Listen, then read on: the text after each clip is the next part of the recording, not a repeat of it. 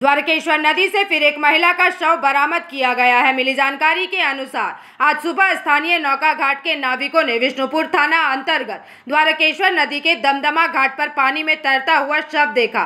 वे शव को घाट के पास ले आए और विष्णुपुर थाने को इसकी सूचना दी गई। पुलिस ने मौके पर पहुंचकर शव को बरामद किया और पोस्टमार्टम के लिए विष्णुपुर जिला अस्पताल भेज दिया। प्रारंभिक अनुमान है कि महिला की नदी में डूबने से मौत हुई है। इसके साथ ही पिछले एक महीने में बांकुड़ा जिले में द्वारकेश्वर नदी में मरने वालों की संख्या बढ़कर 8 तक पहुंच गई है। लगातार कम दबाव और भारी बारिश के कारण बांकुड़ा की अन्य नदियों की तरह ही द्वारकेश्वर नदी भी मानसून की शुरुआत से ही अपने किनारों से ऊपर बह रही है और कभी कभी इस नदी में नहाते हुए या किनारे टहलते हुए बांकुड़ा में मौत का सिलसिला जारी रहता है। इसी दौरान आज सुबह विष्णुपुर थाने के दमदमा फेरी घाट पर स्थानीय नाविकों ने द्वारकेश्वर नदी में नौका विहार करते समय एक महिला का शव पानी की धारा में बहता हुआ देखा। वे आनन फानन में नाव की मदद से शव को किनारे ले आए। बाद में विष्णुपुर थाने को सूचित करने के बाद पुलिस ने शव बरामद किया। पुलिस ने बताया कि मृतका का नाम माला सीट है। वह बांकुड़ा के औंदा थाने के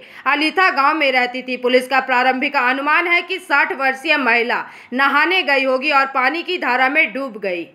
কি হয়েছে কি ঘটনা? আরে হঠাৎ করে নদীতে আসছে একটা লাশ দেখি ভেসে আসছে, খবর পেলাম।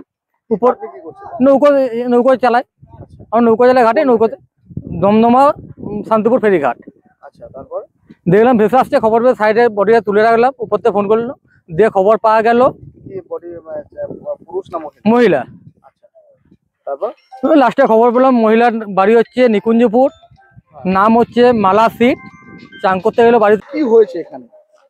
এখানে হচ্ছে যে ওন্দা থানা নিকুঞ্জপুরে বাড়ি। ও মহিলা দ্বারকেশ্বর নদী ভেসে যাচ্ছিল।